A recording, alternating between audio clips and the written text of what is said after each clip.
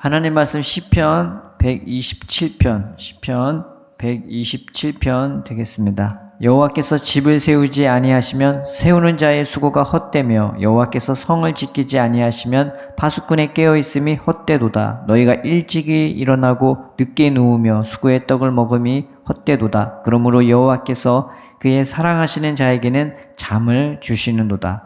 보라, 자식들은 여호와의 기업이요 대의 열매는 그의 상급이로다. 젊은 자의 자식은 장사의 수중의 화살 같으니 이것이 그의 화살통에 가득한 자는 복되도다.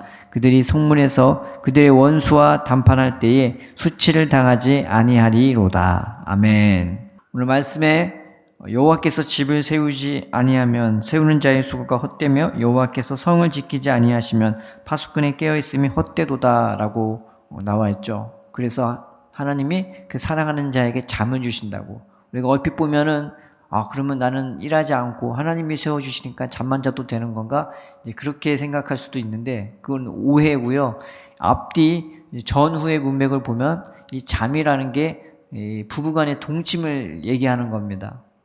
그러면 이 말씀이 어떤 의미냐면은 주님이 나의 집과 성을 세워주시는데 어떻게 세워주시느냐? 사랑에 겨워하는 행위로 그렇게 바꿔주신다는 그 비유적인 의미인 것입니다.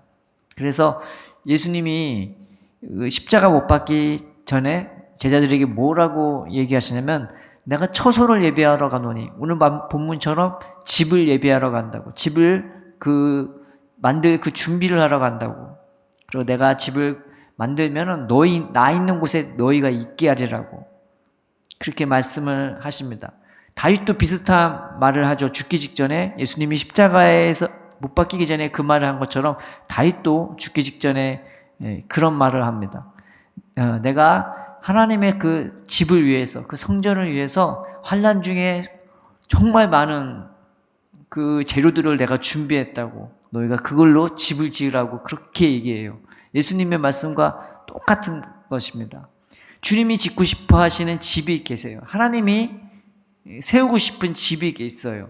그리고 하나님이 세우고 싶은 성이 있는 것입니다. 여기서 성이라는 것은 우리가 영원토록 지낼 고을이나 마을이나 도시 같은 거죠. 우리의 무리를 나타내는 겁니다. 주님이 세우고 싶은 집, 주님이 세우고 싶은 가정, 집이 있는데 그거는 사랑에 겨워서 세워지는 그 집을 말하는 것입니다. 그래서 예수님이 제자들에게 너희가 지금은 따라올 수 없지만 나중에는 따라올 수 있어 라고 얘기하죠. 왜? 뭘 보고 하는 거예요? 십자가 지러 가는 것. 십자가 지러 가면서도 너희가 지금은 못 따라오는데 나중에는 따라온다. 그러면서 이 부활하시고 난 다음에 제자들이 그 마음과 심령 상태를 예수님이 바꿔주십니다. 그게 뭘 의미하냐? 예수님이 원하는 건 고난 자체가 아니에요. 십자가 자체가 아니에요. 희생 자체가 아니에요. 열심 자체가 아닌 거예요. 오늘 말씀처럼 사랑에 겨워하는 행위가 아니라면은 주님은 그런 집에 건설하고 싶지도 그런 집을 세우고 싶지도 않은 거예요. 주님이 원하시는 것은 고난이 아니라 사랑에 겨워서 누군가 구원받는다면 내가 십자가 질 수 있고 누군가 그걸 통해서 하나님을 만나게 된다면 거기서 내가 희생을 치른다 하더라도 기꺼이 나가서 순종하는 사람으로 우리를 바꿔주고 싶은 것입니다. 사랑에 겨워하는 그런 집과 그런 교회와 그런 도시로 그런 성으로 우리를 인도해주고 싶은 것입니다. 그래서 이 사랑이요 우리를 바꿔버려요. 하나님의 사랑이 우리를 바꿔버립니다. 그래서 겁이 없게 만들어요. 왜냐하면 죽어도 죽는 게 아니니까. 늘 그 사랑에 겨워서 하는 행위가 우리를 예수님의 용사로 바꿔버리는 것입니다. 그래서 다윗에게는요 누가 많았냐면 용사가 많았어요. 그 목록이 37명, 31명, 30명 그렇게 목록이 쫘르르 나오죠. 열왕기 그 사무엘 하에도 나오고 역대의 상에도 나옵니다. 이 사람들이 다 대단한 사람들이 아니었단 말이죠. 다윗에게 있었던 사람들은요 환난당한 자, 억울한 자, 가난한 자, 빚진 자, 원통한 자 그런 자들만 모였어요. 세상에서 봤을 때 세상에 찌끼 같은 세상에 먼지 같은 그런 존재들만 모였어요. 그런데 다윗한테만 가려면 다 용사가 되고 다 개국공신이 되는 거죠. 왜냐하면 다윗이 그 하나님의 사랑으로 그들을 품어주고 세워주니까 그 사랑이 그 사람들을 세워줬어요. 다윗은 그 사람들을 사랑으로 품어주고 세워준 것밖에 없거든요. 근데 그 사람들이 용사가 돼버렸단 말이죠. 그래서 다윗이 전쟁 중에 저 베들레헴에 있는 우물을 누가 나한테 퍼마시게 할까? 정말 마시고 싶어서 그 얘기를 한 게 아니라 자기도 모르게 그냥 속마음이 살짝 튀어나온 거죠. 그런데 그 얘기를 듣고 다윗의 용사 중에 거기서 블레셋 군인들이 거길 진치고 있는데 그걸 뚫고 들어가서 그 물을 가지고 옵니다. 다윗이 그 물을 안 마시고 그냥 내가 어떻게 피값으로 얻은 물을 마시리오 하고 오히려 쏟아내죠. 그 물을 그만큼 귀하게 여긴 것입니다. 서로가 서로를 그렇게 귀하게 여기고 사랑하는 마음으로 그렇게 이 다윗의 공동체가 세워지고 그 예루살렘 공동체가 그렇게 사랑에 겨워서 서로가 서로를 귀히 여기고 사랑에 겨워서 그렇게 세워지게 되는 것입니다. 그래서 이 성경의 말씀에 다윗을 대해 표현하는 말씀이 다윗이 어디를 가든지 이기게 하시니라. 다윗한테는 그런 사랑으로 맺어진 형제자매 자녀들이 너무 많은 거예요. 용사들이 많은 거예요. 다 군대처럼.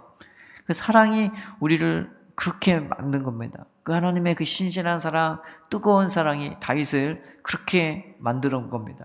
예수님도 그렇게 우리를 만들어 주시는 거죠. 그 사랑에 겨워서 우리가 삶을 살아가도록 그렇게 만들어주는 겁니다. 그래서 베드로도 너희가 마음으로 뜨겁게 피차 사랑하라고 그렇게 얘기했고요. 사도 바울도 그리스도의 사랑이 나를 강권한다고 내 안에서 역사하시는 자의 역사를 따라 나로 힘을 다하여 수고하는 거로. 오늘 본문이 일을 하지 말라는 그 말이 아닌 것입니다. 하나님과 함께 세워주는 그 집이라는 것은 내가 사랑에 겨워 땀 흘리고 사랑에 겨워 기쁨으로 감사함으로 할 수 있는 그 일들을 얘기하는 겁니다. 그래서 베드로도 사도 바울도 사랑으로 하라고 그 사랑의 뜨거움으로 하라고 그렇게 얘기하고 성령의 가장 큰 증거가 바로 사랑이지 않습니까? 그래서 이 사도 요한은요 구원받은 증거가 딴 게 아니라 사랑이래요. 내가 남을 사랑하면 그게 구원받은 증거래요. 그런데 나는 구원받았다면서 사랑하지 않은 것은 그건 거짓말이라고. 하나님은 거짓말하는 자로 바꾸는 거라고 얘기하는 것입니다.